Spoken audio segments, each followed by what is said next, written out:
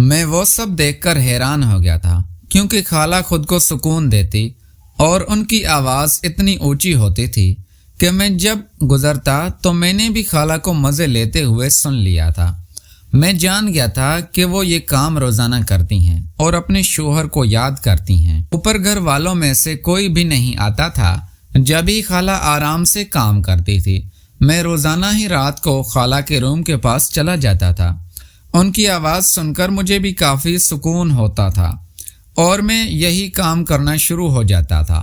लेकिन कुछ दिनों के बाद मेरा सब्र जवाब दे गया था और मैंने इरादा कर लिया था कि अब मैं किसी और तरह ये काम पूरा करूँगा। मुझसे खाला की ये उदासी भी नहीं देखी जाती थी, लेकिन जानता था कि खाला कभी भी मुझे इस बात की इजाज़त नहीं देगी। एक दिन मैंने हिम्मत की और जैसे ही खाला की आवाज़ आई तो उसी दौरान मैं उनके रूम का दरवाज़ा खोल दिया था। उनकी हालत देखकर मैं हैरान हो गया था क्योंकि वो पूरी रात, ये तब की बात है जब मैं मैट्रिक कर रहा था। मेरी ज़िंदगी काफ़ी रंगीन थी क्योंकि मेरी पढ़ाई एक ऐसी फील्ड पर मुश्तमिल थी जिसमें ज़्यादातर लड़कियां होती थी। मैं पढ़ाई कर रहा था, हमारी क्लास में 12 लड़के थे और बाकी लड़कियां ही लड़कियां थी। मुझे पढ़ाई करने का शौक़ ना था, लेकिन मेरी खाला ने बचपन से मुझ पर काफ़ी मेहनत की थी और मुझे पढ़ाकर इस काबिल बना दिया था। ये भी कहा मेरी खाला पर है जो कि काफ़ी खूबसूरत है। उन्हें देखकर कभी कभी तो मेरा दिल भी फिसल जाता था। मैं जब भी उन्हें खाला कहकर बुलाता था तो वो मुझे कहने लग जाती थी कि मैं उन्हें खाला ना कहा करूं क्योंकि वो मुझसे चंद साल ही बड़ी हैं। ये बात सुनकर मैं भी उन्हें नाम से बुलाता था। हम बचपन से ही एक दूसरे के काफ़ी करीब थे क्योंकि वो मेरी बहुत अच्छी खाला थे। वो काफ़ी जवान थी, उनकी खूबसूरती इतनी ज़्यादा थी कि छुपाकर भी नहीं छुप सकती थी। अगर मैं अपनी बात करूं तो मेरा ताल्लुक़ लाहौर से था।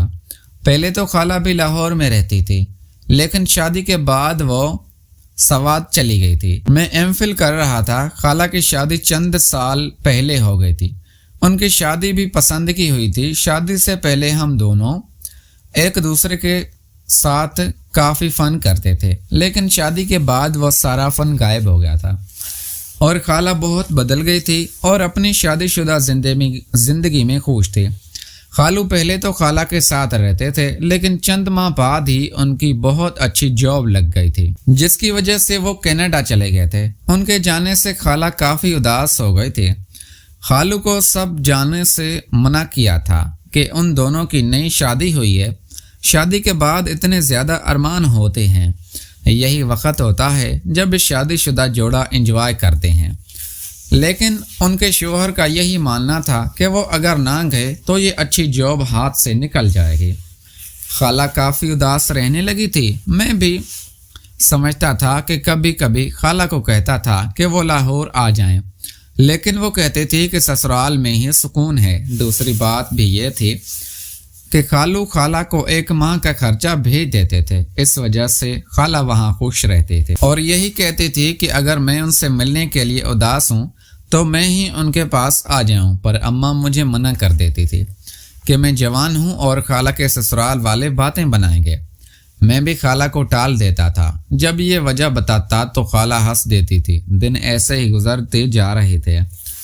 मैं अपनी पढ़ाई में मगन हो गया था। मेरा आखिरी साल चल रहा था, जिसके लिए मुझे काफ़ी रिसर्च करनी होती थी। उन दिनों मेरी रिसर्च जानवरों पर चल रही थी। मैंने बिल्ली पर एक रिसर्च करनी थी। मैंने खाला से जिक्र किया तो वो कहने लगे कि मुझे बाहर देखने की क्या ज़रूरत है, उनकी बिल्ली मौजूद है, सौदा जाकर उस पर ही रिसर्च कर लूँगा, इस बहाने सौदा भी जा सकूँगा। ये सुनकर मुझे भी यही बात सही लगी थी कि अगर ऐसा हो जाए तो मेरा भी फ़ायदा हो जाएगा और खाला से भी मिल लूँगा। सवात जाने की तैयारी पकड़ ली थी। सवात पहुँचा तो खाला काफ़ी खुश थी और कहने लगी कि फैज़ान, मैंने तुम्हें इतने अरसे बाद देखा है, तुम तो बहुत ही जवान हो गए हो। मैंने भी खाला को कह दिया कि उनकी जवानी कहाँ गई, क्योंकि वो काफ़ी सुस्त दिखाई दे रही थी। खाला मेरी बात सुनकर उदास हो गई थी। मैं जानता था कि वो अपने शोहर को याद करती हैं। खाला से कहा कि उन्हें क्या चाहिए, वो अपने शोहर के पास चली जाएं, क्योंकि अकेली रहकर वो काफ़ी उदास हो गई हैं। اور ہزار ضرورات ہوتی ہیں جو کہ صرف شوہر ہی پوری کر سکتا ہے۔ خالہ میری بات سمجھ گئی تھی لیکن ان کے پاس کوئی جواب نہ تھا۔ میں خالہ کے گھر کے سب سے اوپر والے پورشن میں رہنے لگا تھا کیونکہ وہیں پر خالہ نے اپنی بلی پالی ہوئی تھی۔ خالہ کا روم دوسری منزل پر تھا جبکہ باقی سب گھر والے نیچے والی منزل پر رہتے تھے۔ وہ سب بہت سخت مزاج تھے۔ خالہ اپنے روم سے بہت کم ہی باہر نکلتی تھی اور جب نکلتی تھی تو جلدی اندر چلی جاتی تھی۔ مجھے کافی تجسس ہوتا تھا۔ ایک دن میرا یہ تجسس ختم ہوا جب مجھے پتا چلا کہ خالہ اپنے روم میں کیا کرتی ہے۔ میں وہ سب دیکھ کر حیران ہو گیا تھا کیونکہ خالہ خود کو سکون دیتی ہیں اور ان کی آواز اتنی اونچی ہوتی تھی کہ میں جب گزرا تو میں نے بھی خالہ کو مزے لیتے ہوئے سن لیا تھا۔ میں جان گیا تھا کہ وہ یہ کام روزانہ کرتی ہے اور اپنے شوہر کو یاد کرتی ہیں۔ اوپر گھر والوں میں سے کوئی بھی نہیں آتا تھا جب ہی خالہ آرام سے کام کرتی تھی۔ میں روزانہ ہی رات کو خالہ کے روم کے پاس چلا جاتا تھا۔ ان کی آواز سن کر مجھے کافی بے سکونی ہوتی تھی اور میں بھی یہی کام کرنا شروع ہو جاتا تھا۔ لیکن کچھ دنوں کے بعد میرا صبر جواب دے گیا تھا اور میں نے ارادہ کر لیا تھا کہ اب میں کسی اور طرح یہ کام پورا کروں گا۔ مجھ سے خالہ کی یہ اداسی بھی نہیں دیکھی جاتی تھی لیکن جانتا تھا کہ خالہ کبھی بھی مجھے اس بات کی اجازت نہیں دے گی۔ ایک دن میں نے ہمت کیا اور جیسے خالہ کی آواز آئی تو اسی دوران میں ان کے روم کا دروازہ کھول دیا تھا۔ ان کی حالت دیکھ کر میں حیران رہ گیا تھا۔ خالہ نے مجھے دیکھا تو فوراً ہی اپنا حلیہ درست کر لیا اور مجھے دیکھ کر پہلے تو شرمندہ ہوئی لیکن پھر کہنے لگی کہ مجھے ایسے اچانک نہیں آنا چاہیے تھا۔ میں نے خالہ کو کہا کہ اگر مجھے پتا ہوتا کہ وہ یہ سب کر رہی ہیں تو میں کبھی نہ آتا۔ خالہ چپ ہو گئی تھی۔ میں نے پاس جا کر خالہ کو پیار سے کہا کہ اگر وہ چاہیں تو اس سب میں وہ میری مدد لے سکتی ہے۔ خالہ تو حیران ہونے لگی اور کہنے لگی کہ میں یہ سب کیسے کرتا ہوں۔ میں نے ان سے کہا کہ ان کی حالت میری برداشت سے باہر ہو گئی ہے۔ ان کے شوہر نے اچھا نہیں کیا اور یہ چیز مجھے بہت بری لگ رہی ہے کہ وہ روز شوہر کی یاد میں کام کرتی ہے، اس لیے میں شوہر کی طرف سے سکون دینا چاہتا ہوں۔ وہ میری بات سن کر پہلے تو خاموش رہی لیکن پھر اپنے گھر والوں کو سوچ کر انہوں نے منع کر دیا تھا کہ میں بھی کافی مایوس ہو گیا تھا اور سوچنے لگا تھا کہ خالہ شاید یہ سب نہ کرے۔